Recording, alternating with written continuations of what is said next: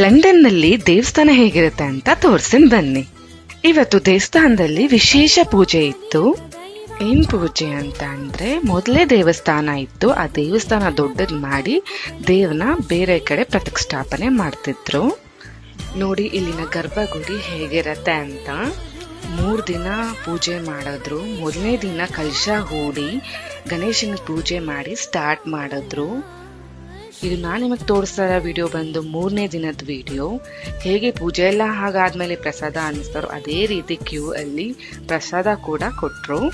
ಇಲ್ಲಿ ಪ್ರತಿ ದಿನ ಪ್ರಸಾದ ಕೊಡ್ತಾರೆ ದೇವಸ್ಥಾನದ. ದೇವ್ರ ದರ್ಶನ ಆಯಿತು, ಪ್ರಸಾದ ತಿಂದಿದ್ದಾಯಿತು. ನೆಕ್ಸ್ಟು ಜಾತ್ರೆ ಅಂತ ಹೇಳಿದ್ಮೇಲೆ ಆಚೆ ಸ್ಟಾಲ್ಸ್ ಇರಲೇಬೇಕಲ್ಲ, ಸ್ಟಾಲ್ಸ್ ಕೂಡ ಇತ್ತು. ಈ ವಿಡಿಯೋ ಕಂಪ್ಲೀಟ್ ನೋಡಬೇಕು ಅಂತ ಅಂದರೆ ನನ್ನ ಯೂಟ್ಯೂಬ್ ಚಾನಲ್ನ ಅಪ್ಲೋಡ್ ಮಾಡಿದ್ದು ದಯವಿಟ್ಟು ಹೋಗಿ ನೋಡಿ. ಪ್ಲೀಸ್ ಸಬ್ಸ್ಕ್ರೈಬ್ ಮಾಡ್ಕೊಳ್ಳೋದಂತೂ ಮರಿಬೇಡಿ.